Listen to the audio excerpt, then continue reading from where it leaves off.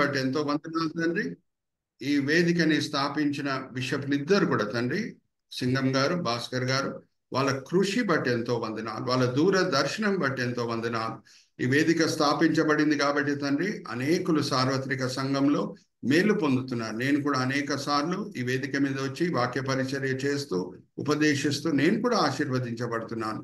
ఈ దినం తండ్రి వేదిక మీద వచ్చిన ప్రతి వ్యక్తిని, సేవకుడిని, సేవకురాలని మీ చేతిలో అప్పచెప్తున్నాం.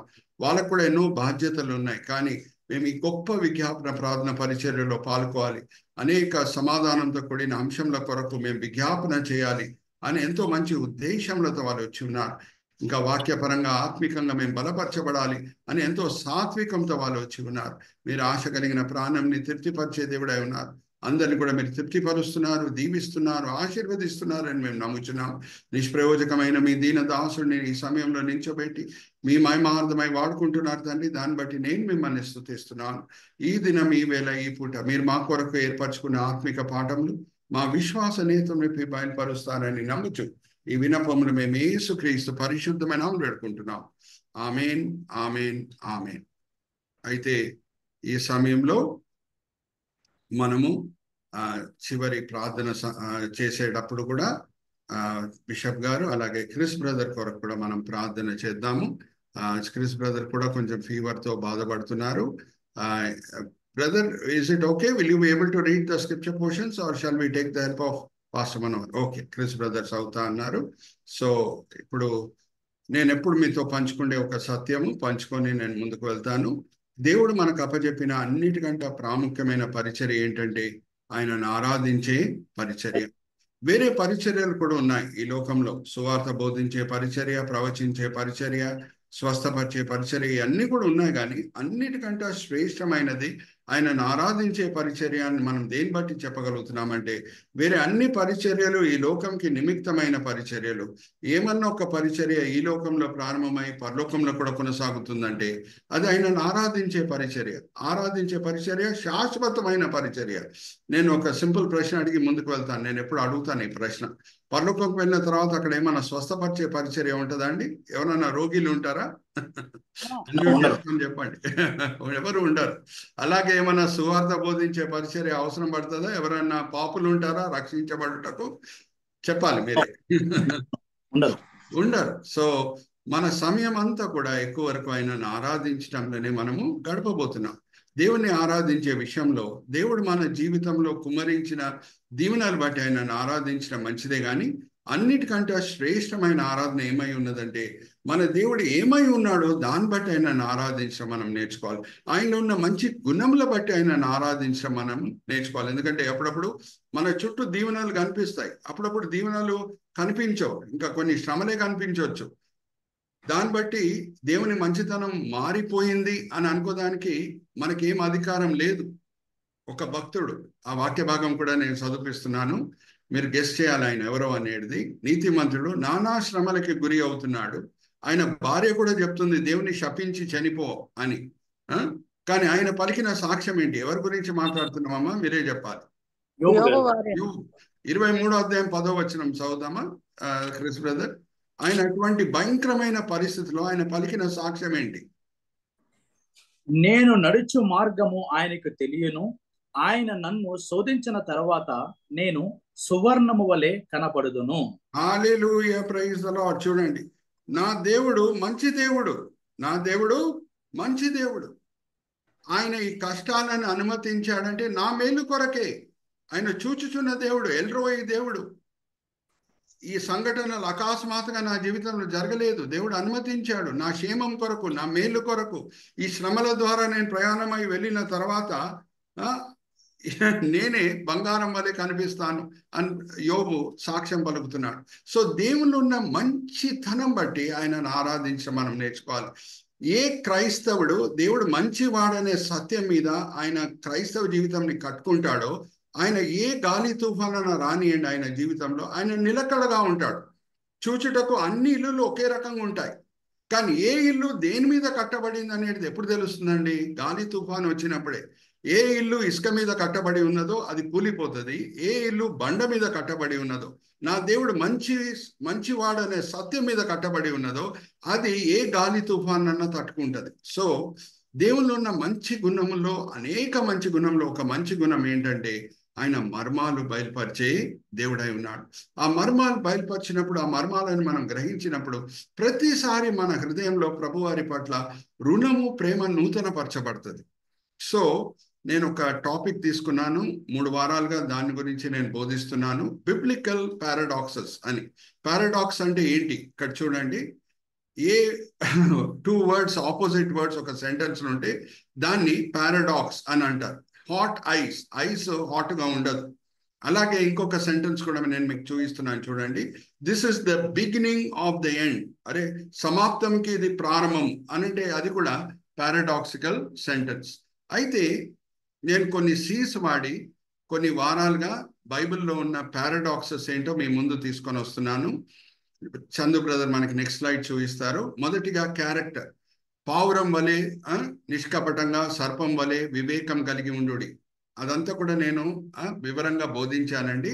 మరి అన్ని కూడా నేను రిపీట్ చేయట్లేదు. రిపీట్ చేస్తే మరి దానికి సమయము చాలా ఎక్కువగా అయిపోతుంది. రెండవది కాషన్. ఎలాగ మన సాక్ష్యం పంచుకోవాలి అని అంటే సాత్వికముతోను, భయంతోను. అరే, సాక్ష్యం పంచుకునేటప్పుడు ఎందుకు భయము మన హృదయంలో ఉండాలి? 1 పేతురు 3:15 ప్రకారంగా అదంతా కూడా నేను బోధించాను. దాని తర్వాత చారిటీ. ఎవరు దాచిపెట్టుకుంటారో వాళ్ళంతా కూడా పోగొట్టుకుంటారు. ఎవరు ధారాళమైన మనసుతో వేరే సేవకులకు, వేరే అవసరతలు ఉన్న వాళ్ళకి సాయం చేస్తారో వాళ్ళు ఇంకా దేవుని దగ్గర నుంచి పొందుతూనే ఉంటారు అనే సత్యం మనం పోయిన వారం నేర్చుకున్నాము. శిల్వ మరణం చేత యేసుక్రీస్తు ప్రభువారు చనిపోయి చావుకే చావు దెబ్బ ఎలా కొట్టేను, హీబ్రీలకు రాసిన పత్రిక 2:14 మనం అది చదువుకున్నాము. ఈ దినము కోర్స్ అంటే ఒక జర్నీ, ఒక నడక, ఒక పరుగు. దాని గురించి పౌలు భక్తుడు ఏమంటున్నాడో మనం చూద్దాం. ఈ మాటలు పౌలు భక్తుడు ఎప్పుడు రాశాడనేది కూడా మనకు తెలిసి ఉండాలి. ఆయన రోమా చెరలో ఉన్నప్పుడు ఫిలిపి సంఘంకి రాయబడిన పత్రికనే మనము ఫిలిపిలకి రాసిన పత్రిక అని జ్ఞాపకం చేసుకుంటాం. బైబిల్లో అది చక్కగా దేవుడు పరిశుద్ధాత్మ ప్రేరణ వలన రాపించి భద్రపరిచి పెట్టి ఉన్నారు. ఫిలిపిలకి రాసిన పత్రిక 3:12 నుంచి 14 పౌలు భక్తుడు రోమా చెర నుంచి రాస్తున్నాడు. ఎన్నో సంవత్సరాలు ఇప్పటి వరకు పరిచర్యలు ఉన్నాడు. అనేక సంఘాలను స్థాపించాడు. ఇంకా అనేక ఆత్మలను రక్షించాడు. గొప్ప సేవలో ఉన్న వ్యక్తి. ఆయన రాసిన మాటలు ఏంటి? Chandu brother, let's look at that slide picture also. 3:12-14. Okay. ఇది వరకే నేను గెలిచి తిని అయినను, ఇది వరకే సంపూర్ణ సిద్ధి పొంది తిని అని అయినను నేను అనుకోవటలేదు. కానీ నేను దేని నిమిత్తము క్రీస్తు యేసు చేత పట్టబడితేనో దానిని పట్టుకొనవలెనని పరిగెత్తుచున్నాను. సహోదరులారా, నేను ఇదివరకే పట్టుకొని ఉన్నానని తలంచుకొనను. అయితే ఒకటి చేయుచున్నాను, వెనక ఉన్నవి మరచి ముందున్న వాటి కొరకు వేగిరపడుచు క్రీస్తు యేసునందు దేవుని ఉన్నతమైన పిలుపునకు కలుగు బహుమానమును పొందవలనని గురి యొద్దకే పరిగెత్తుచున్నాను. హల్లెలూయా, ప్రైజ్ ది లార్డ్. ఎవరు ఈ మాటలు పలుకుతున్నారు? దేవుని చేత గొప్పగా సేవలో వాడబడిన పౌలు భక్తుడు నేను ఇంకా పరిపూర్ణుని కాను అని అంటున్నాడు. హల్లెలూయా, ప్రైజ్ ది లార్డ్. ఒకసారి మనకి వెంటనే ఒక థాట్ వస్తుంది. పరిపూర్ణనే దేవుడు అందరూ ఎప్పుడు వాడుకుంటారని చాలా మంది అనుకుంటూ ఉంటారు. కాదండి, పరిపూర్ణతలో నడిపింపబడే వాళ్ళని దేవుడు వాడుకుంటాడు. హల్లెలూయా, ప్రైజ్ ది లార్డ్. ఇక్కడ ఎవరన్నా చెప్పగలుగుతారా నేను పరిపూర్ణంగా యేసు రూపంలో మార్చబడాను అని? ఎవరు చెప్పలేరు. చాలాసార్లు ఏమనుకుంటారంటే I should be a perfect person to be used by God. No, we are being perfected by God to be used for His glory.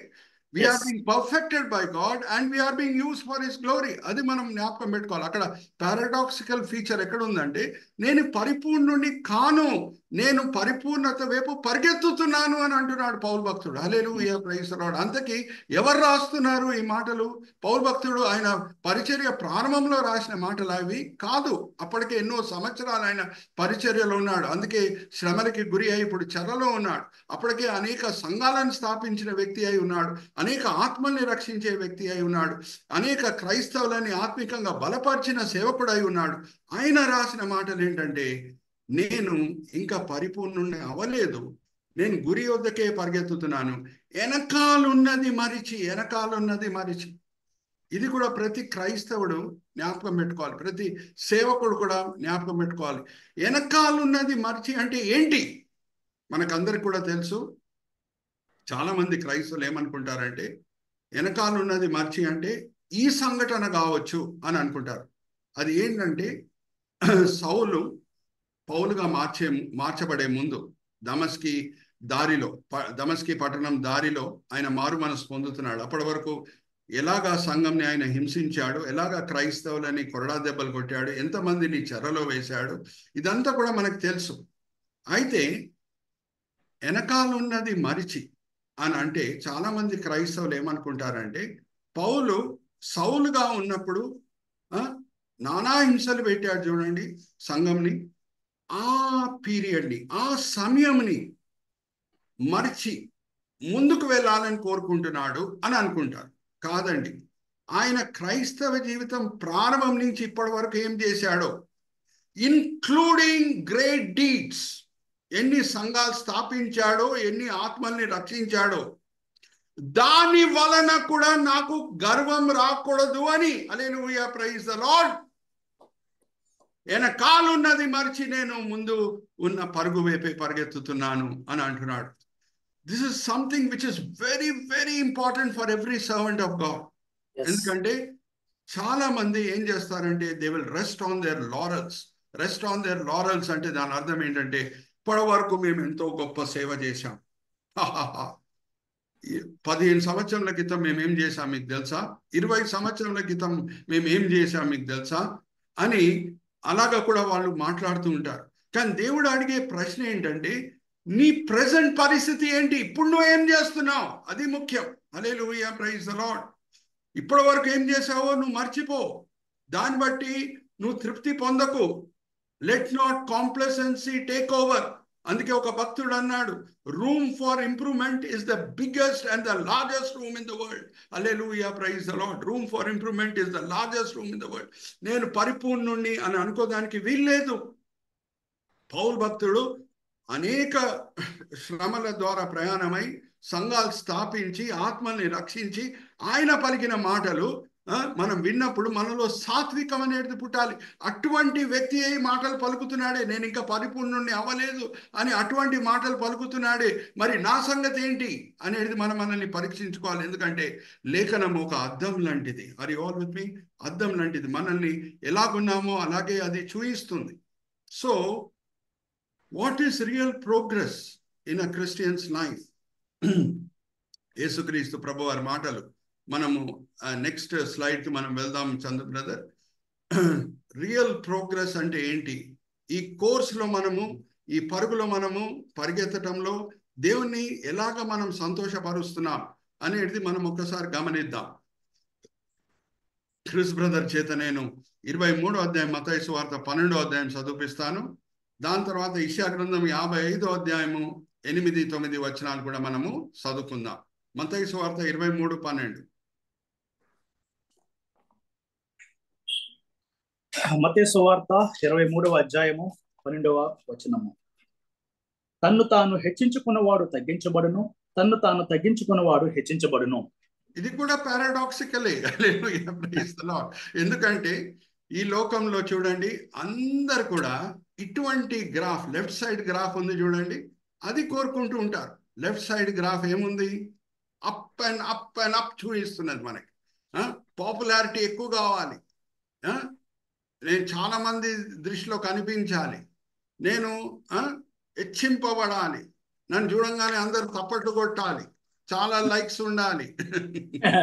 అటువంటి ఆలోచనలు కలిగి చాలా మంది ముందుకు సాగుతుంటారు. They want an upward graph.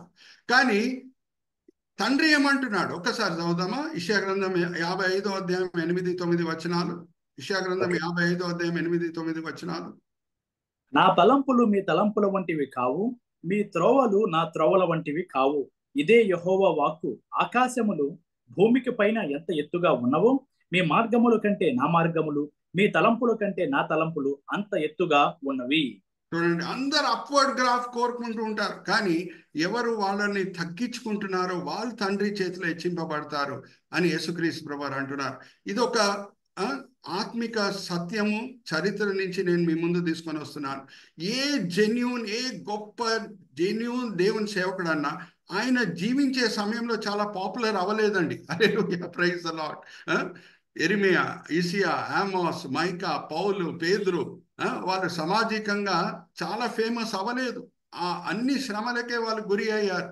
వాళ్ళు చనిపోయిన తర్వాత దాని తర్వాత ప్రజలు గ్రహించి, వా, ఎంత గొప్ప సేవకులు మన మధ్యలో పనిచేశారు, ఎంత గొప్ప సేవకులు మన మధ్యలో పనిచేశారని మెచ్చుకోవటం జరిగింది. కానీ వాళ్ళ తరం చేత, including our Lord Jesus Christ,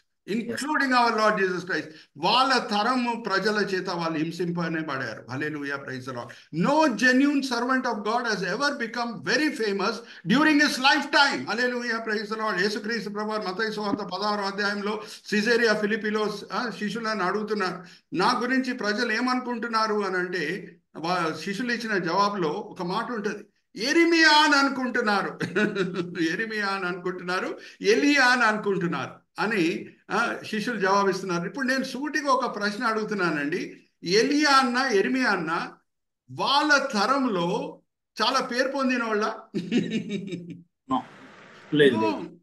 హింసింపబడిన వాళ్ళు, రాజుల చేత హింసింపబడిన వాళ్ళు, చెరల వేయబడిన వాళ్ళు, తర్మగొట్టబడిన వాళ్ళు.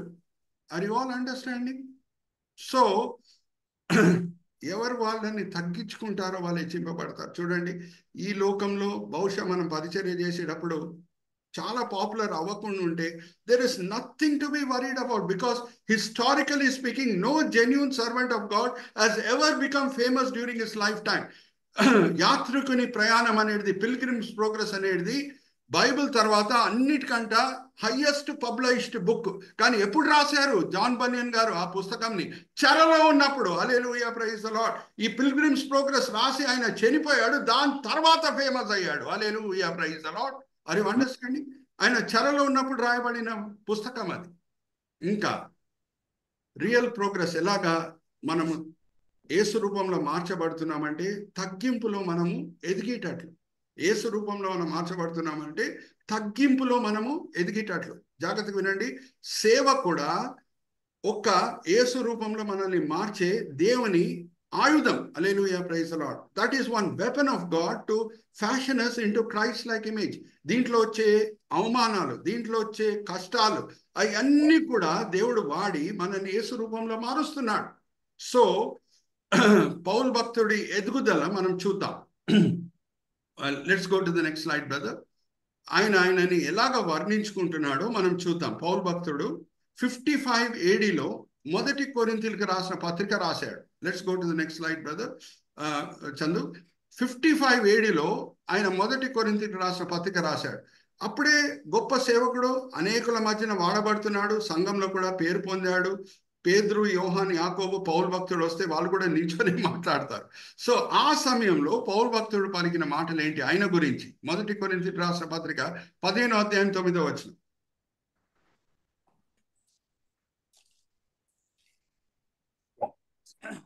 మొదటి కొరింథీయులకు రాసిన పత్రిక 15వ అధ్యాయం 9వ వచనము, ఏలయనగా నేను అపోస్తలులందరిలో తక్కువ వాడను. హల్లెలూయా, ప్రైజ్ ది లార్డ్. అపోస్తలు అనేకులు ఉన్నారు. పేతురు ఉన్నాడు, యోహాను ఉన్నాడు, యాకోబు ఉన్నాడు. వాళ్ళ మధ్యలో నేను అందరికంటే తక్కువ వాడను అని అంటున్నాడు. అంతకీ అప్పటికే వాళ్ళకి అందరికంటే ఎక్కువగా వాడబడిన వ్యక్తి. కంటిన్యూ బ్రదర్, ఇంకేమంటున్నాడో దాని కింద అది కూడా మనం చదువుతాం. 8వ వచనం చదువుతా గురించి. అందరికీ కడపటే అకాల మందు పుట్టినట్టు నాకును కనపడెను. ఏలయనగా నేను అపోస్తలులందరిలో తక్కువ వాడను. దేవుని సంఘమును హింసించినందున అపోస్తలుడు అనబడుటకు యోగ్యుడును కాను.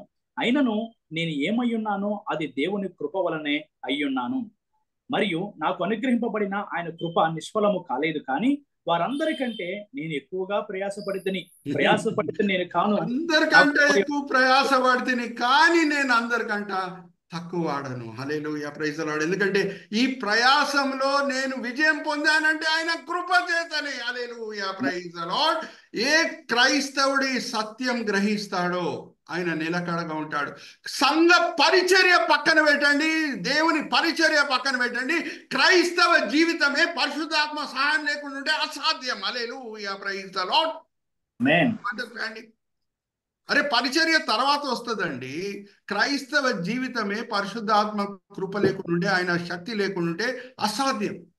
అందుకే పౌలు భక్తుడు ఏమంటున్నాడంటే, నేను ఏం సాధించాను ఆయన కృప చేతని. హల్లెలూయా, ప్రైజ్ ద లార్డ్. అయితే 55 AD to 60 AD 5 years అయిపోయిందండి. అప్పుడు ఎఫెసీయులకు రాసిన పత్రిక రాయబడింది. అప్పుడు ఆయనని ఎలాగ ఎంచుకుంటున్నాడో మనం చూద్దాం. పౌలు భక్తుడు ఇప్పుడైతే సేవకుల్లో అందరికంటే తక్కువ వాడని అని అన్నాడు. ఇప్పుడు మనం చూద్దాం క్రైస్తవుల్లో నేను ఎటువంటి వాడని అని ఆయన వర్ణించుకుంటున్నాడు. మనం ఒకసారి చూద్దాం. ఎఫెసీయులకు రాసిన పత్రిక 3:8. దేవుడు మన ప్రభు అయిన క్రీస్తు యేసునందు చేసిన నిత్య సంకల్పము చొప్పున పరలోకములో, అదేనా గురుజీ? కంటిన్యూ. 3:8. దేవుడు మన ప్రభు అయిన యేసు క్రీస్తునందు చేసిన నిత్య సంకల్పము చొప్పున పరలోకములో ప్రధానులకును అధికారులకును సంఘము ద్వారా తన యొక్క నానా విధమైన జ్ఞానము ఇప్పుడు తెలియబడవలని ఉద్దేశించి శోధింప సఖ్యము కాని క్రీస్తు ఐశ్వర్యమును అన్య జనుల్లో ప్రకటించుటకును సమస్తమును సృష్టించిన దేవుని యందు పూర్వకాలము నుండి మరుగయున్న ఆ మర్మమును గూర్చిన ఏర్పాటు ఎట్టిదో అందరికీ తేటపరచుటకు పరిశుద్ధులందరిలో అత్యల్పుడనైన నాకు ఈ కృప అనుగ్రహించను. హల్లెలూయా, ప్రైజ్ ది లార్డ్. చాలా సార్లు ఏమనుకుంటారంటే సేవకులు, అరే సంఘ సభ్యులు ఒక లెవెల్లో ఉంటే మేము ఒక లెవెల్లో ఉన్నామని అనుకుంటారు. పౌలు భక్తుడు ఏమంటున్నాడంటే, అరే ఇప్పుడు సేవకుల మధ్యన నేను అందరికంటే తక్కువ వాడనే కాదు, సంఘంలోనే పరిశుద్ధులు అంటే ఫుల్ సంఘం, పరిశుద్ధులనే అందరికంటే నేను అల్పుణ్ణి. Hallelujah, praise the Lord. Look at his spiritual progress. 5 సంవత్సరాల తర్వాత పలికిన మాటలు. చాలా సార్లు అందరు అనుకుంటారు గ్రాఫ్ ఇలాగ వెళ్ళాలని, కానీ పౌలు భక్తుడు గ్రాఫ్ ఇలాగ వెళ్తుంది, కానీ దేవుని దృష్టిలో మాత్రం ఆ గ్రాఫ్ పైకి వెళ్తుంది. హల్లెలూయా. సంఘ సభ్యుల్లో భక్తులు పరిశుద్ధుల్లో నేను అందరికంటే అల్పుణ్ణి, కానీ దేవుడు నాకు ఈ ధన్యత ఇచ్చాడు ఈ గొప్ప పరిచర్య చేయుటకు అని అన్నాడు. మొదట్లో అపోస్తుల్లో అందరికంటే తక్కువాడిని, ఇప్పుడు సంఘం లోపల ఉన్న పరిశుద్ధుల మధ్య నేను అందరికంటే అల్పుణ్ణి. ఇంకా చనిపోయే ముందు 64 AD అప్పుడు 1 తిమోతి పత్రిక రాయబడింది. అప్పుడు పౌలు భక్తుడు ఆయన గురించి ఏమని అంటున్నాడు ఒకసారి మనం చూద్దాం. 1 తిమోతి 3:15-16. అయినను నేను ఆలస్యము చేసినలా దేవుని మందిరములో అనగా జీవము గల దేవుని సంఘములో జనులు ఎలాగూ ప్రవర్తింపవలనో అది నీకు తెలియవలనని ఈ సంగతులను నీకు రాయిచున్నాను. ఆ సంఘము సత్యమునకు స్తంభమును ఆధారమునై ఉన్నది. నిరాక్షేపముగా దైవభక్తిని కూర్చిన మర్మము గొప్పదై ఉన్నది. ఆయన సశరీరుడుగా ప్రత్యక్షుడయ్యను, ఆత్మ విషయమున నీతిపరుడని తీర్పు నొందెను, దేవదూతలకు కనపడెను, రక్షకుడని జనములలో ప్రకటించబడెను, లోకమందు నమ్మబడెను, ఆరోహణుడై తేజోమరుడై. సారీ బ్రదర్, 1 తిమోతి 1:15-16. 1 తిమోతి 1:15-16. ఒకసారి స్పెల్ బై మిస్టేక్స్ ఇక్కడ టైపోగ్రాఫికల్ ఎర్రర్ అయింది. Okay, so 15-16 right. ఓకే గురించి, పాపులను రక్షించుటకు క్రీస్తు యేసు లోకమునకు వచ్చినను వాక్యము నమ్మదగినదియు పూర్ణాంగీకారమునకు యోగ్యమైనదనియు ఉన్నది. అట్టి వారిలో నేను ప్రధానుడను. హల్లెలూయా, ప్రైజ్ ది లార్డ్. ఇప్పుడు పాపుల్లో నేను ప్రధానమైన పాపి అని అంటున్నాడు. హల్లెలూయా, ప్రైజ్ ది లార్డ్. ఎవరండి? సేవలో అందరికంటే ఎక్కువగా వాడబడిన వ్యక్తి, పేతురు, యోహాన్, యాకోబు కంటే ఎక్కువగా వాడబడిన వ్యక్తి చెప్పిన మాటలు ఏంటంటే, పాపుల్లో నేను అందరికంటే ప్రధానుడిని. ఎప్పుడు? 64 ADలో. ప్రోగ్రెస్ బాగానే ఉందా? 55 ADలో అపోస్తుల మధ్యలో నేను అందరికంటే తక్కువ వాడను. 60 ADలో పరిశుద్ధులతో పోలిస్తే నేను అందరికంటే అల్పుడిని. 64 ADలో నేను ప్రధాన పాపిని. హల్లెలూయా, ప్రైజ్ ది లార్డ్. ఫిలిప్పీయులకు రాసిన పత్రిక 3:12-14 గురివైపే నేను పరిగెత్తుతున్నాను. గురివైపే పరిగెత్తుతున్నాను అంటే క్రీస్తు గుణముల్లో ఎదుగుదల, క్రీస్తు గుణముల్లో ఎదుగుదల. యేసు లాంటి తగ్గింపు, యేసు లాంటి ఆశా నిగ్రహం, యేసు లాంటి ఓర్పు, యేసు లాంటి సహనం, ఆ విషయంలో ఎదుగుదల. హల్లెలూయా, ప్రైజ్ ది లార్డ్. మా సంఘంలో 1000 మంది వస్తున్నారండి, 2000 మంది వస్తున్నారండి, ఆ విషయంలో కాదు. నాకు ఇన్ని లైక్స్ ఉన్నాయండి, ఇంతమంది ఫాలోవర్స్ అండి, దాన్ని బట్టి కాదు ఎదుగుదల. ఎదుగుదల దేంట్లో అంటే యేసు గుణములో. హల్లెలూయా, ప్రైజ్ ది లార్డ్. 55 ఏడీలో ఏమంటున్నాడంటే, అపోస్తుల్లో నేను అందరికంటే తక్కువ వాడు. 60 ఏడీకి వచ్చినప్పుడు పరిశుద్ధుల్లో అందరికంటే నేను అల్పుడిని. 64 ఏడీలో నేను ప్రధాన పాపిని. హల్లెలూయా, ప్రైజ్ ది లార్డ్. ఎవరికన్నా పౌలు కంటే ఎవరన్నా ఎక్కువగా సేవలో వాడబడారంటే ఆయన నేను చూడాలని ఉంది. నాకైతే ఎవరికి అనిపించట్లేదండి చరిత్రలో. కానీ అటువంటి వ్యక్తి పలికిన మాటలు. This is the very definition of paradox. What a great ministry he has done, but how is he describing himself? అది మనకు ఒక పాఠమై ఉండాలి. అది మనకు ఒక పాఠమై ఉండాలి. ఆర్ యు ఆల్ విత్ మీ? కానీ నేను ముగిస్తున్నాను. ఈ రోజు ఏంటంటే కోర్స్ చిన్న ప్రార్థన చేసి నేను ఫ్లోర్ బిషప్ సింగం గారికి అప్పచెప్తాను. తండ్రి, ఈ సమయం బట్టి ఎంతో వందనాలు, ఈ వేదిక బట్టి ఎంతో వందనాలు తండ్రి. ఎంతో దూరదర్శనంతో ఇద్దరు బిషప్స్ కూడా, సింగం గారు, భాస్కర్ గారు, ఈ వేదికని స్థాపించటమే కాదు తండ్రి, ఎంతో ప్రయాసంతో దాన్ని ముందుకు తీసుకొని వెళ్తున్నారు. దాన్ని బట్టి ఎంతో వందనాలు. ఈ వేదిక మీద వచ్చిన ప్రతి వ్యక్తి బట్టి ఎంతో వందనాలు. వాళ్ళు ఈ సమయంలో వేరేదో పనులు చేసుకొని ఉండవచ్చు, కానీ తండ్రి మేము ఈ గొప్ప విజ్ఞాపన ప్రార్థన పరిచర్యలో పాల్గొవాలి, ఆత్మిక వాక్యపరంగా మేము వెలిగింపబడాలి అని ఎంతో మంచి ఉద్దేశములతో వాళ్ళు వచ్చి ఉన్నారు. మీరు ఆశ కలిగిన ప్రాణంని తృప్తిపరిచే దేవుడై ఉన్నారు. అందరినీ కూడా మీరు తృప్తిపరచున్నారు, దీవించున్నారని మేము నమ్ముచున్నాం. నిష్ప్రయోజకమైన మీ దీన దాసుని నిల్చోబెట్టి మీ మహిమార్థమై వాడుకున్నారు తండ్రి. దాన్ని బట్టి నేను మిమ్మల్ని స్తుతిస్తున్నాను. ఈ దినం, ఈ వేళ, ఈ పూట మీరు మాకు నేర్పించిన పాఠములు తండ్రి, మేము వినే వాళ్ళంగానే కాకుండా అమలుపరిచే వాళ్ళంగా మమ్మల్ని అందరినీ కూడా సరిదిద్దండి. ఈ వినపములు మేము యేసుక్రీస్తు పరిశుద్ధమైన పెట్టుకుంటున్నాం. ఆమేన్, ఆమేన్,